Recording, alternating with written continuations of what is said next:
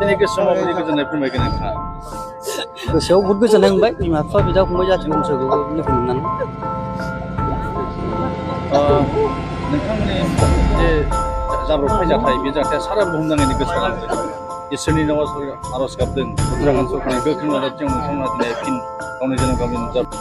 बिनि थाखाय उत्तराखन्ड सरकार दिनै गोसोआव माबायदि गोजोननाय फोरमायगोन नोंथाङा? गोसोआव बहुद गोजोननाय मोनबाय बिमा बिफा बिदा फंबाय जाथि बंस'खौ लोगो मोननानै।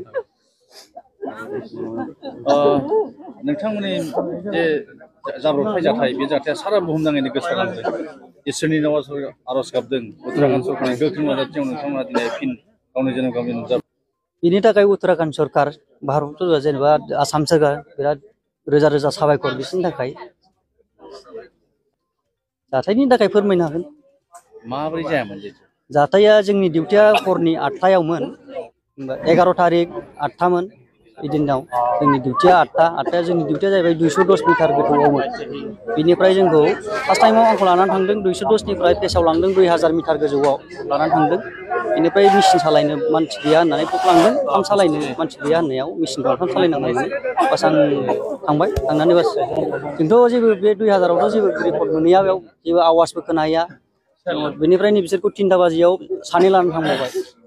बेनिफ्राय जों फैनाय समाव जोंना नैबाय दंमोन जोंनाव 12 जनाव जों 7 थांबाय। बेनिफ्राय सावथालफोर दंबावो झारखन्डनि, उरिसानि, इउपिनि बिसोर दङ आरो हिमाचलनि बिसोर थालांबाय।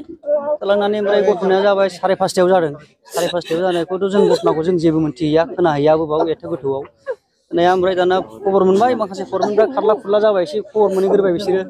खबर मोननानै एसेल' गोलैदोंमोन फार्स्ट टाइम स्टार्टिंआव एसे गोलैबाय। ओमफ्राय दाना खबर मोननानै जाय फाराफारि बिसोरबो मोजांखौ मेसेज होबाय, बाहेरायाव माबा घटना जाबाय ना ओंखारदो होनबाय। ओंखारबाय जों, ओंखारना ससेबा जोङो दाना गारि सारि बलेर'आबो फैग्रोबाय, गावसोर फरमेनफ्रा सानै फैग्रोबाय, बिसोर थाबथा जाबाय। दाना गारिया फिदिंफिनबाय, जोङो हाइद्राजों जा जाय गाखोना फैजोब्बाय। जेखननाखि जों 210 सौफैयो 200 सौफैयो होमबा लामा कमप्लिट बन्द'। बै समाव नोंथांमोननि गोसोआथ' सिगाङाव एसे बहुत गिनाय फैदों। गोलैनाय सिस्टेमावथ' नों खुनु बन्द' जानायनि नामखौनो लाखायाखै, थाबथानायनि नामावनो गैया। ओरैबायदि जादों आरो बेनिफ्राय बे जाबाय। आंनि गोसोआव दा जोबोद गोजोननाय मोनदों। मानो होनबा गामिनि लकेल मानसिफोर जेसेबां दं गासिबो नुफैबाय। इसोरनि अननायाव जों दा मोजाङै मोजाङै सौफैबाय। दा बिराद खुसि, बिराद मोजां मोनदों, गोसोखौ बिराद सान्थि मोनदों। आरो बै जाथाया सोमजिदोंमोन, बे जाथाया माबोरै जानायमोन मिथिगौ नामा नोंथाङा? बे जाथायखौथ' जोंबो मोजाङै नुवाखै, उनावसो जोंखौ थांनानै खिथाहैदों खालांनानै। 17 दिन गुदुं सिङाव जे नोंथांमोना थाबथाना दंमोन, माबोरै सोलियोमोन बै समाव? जानाय मोनबाय नालाय बेजोंनो जों सोलिनानै थाबाय। मुरि सोहरदों, बादाम सोहरदों, काजु बादाम सोहरदों, 4 इंसि पाइपजों। स्पेसियेलि मा खामानि मावोमोन नोंसोरो बै गुदुं सिङाव थानानै?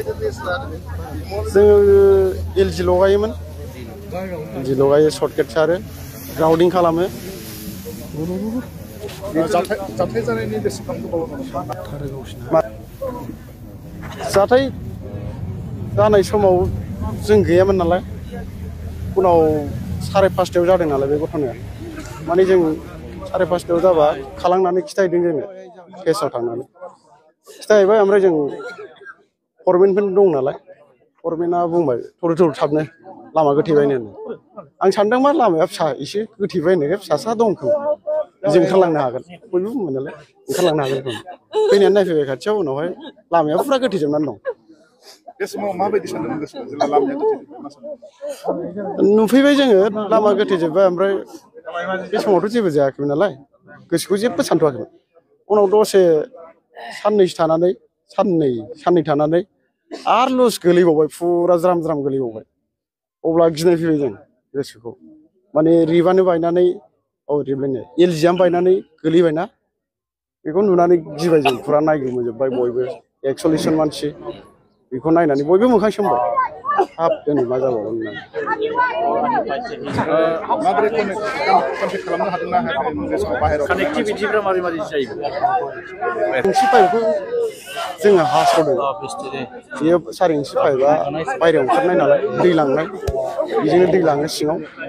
गुमार सालायबा बेजोंनो दै सोनांगौ नालाय गुमारा, बेजोंनो बेखौ दा हास'नानै बेजोंनो जों रायज्लायहरोमोन आरोखि।